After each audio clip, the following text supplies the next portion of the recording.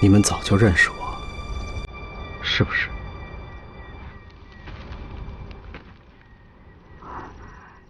是。打从镜花楼那天起，你们就一直装作不认识我，是不是？喂，干什么？你们不认识我吗？不认识，也没工夫认识。明明你们什么都知道，知道我来自未来，知道我说的一切都是真的。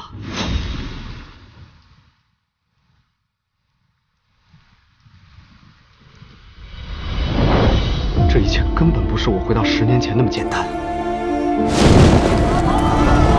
而是我们在一个逆向的时空里相遇彼此。我还会遇见更年轻的他，正如他遇见了一无所知的我。初见即诀别。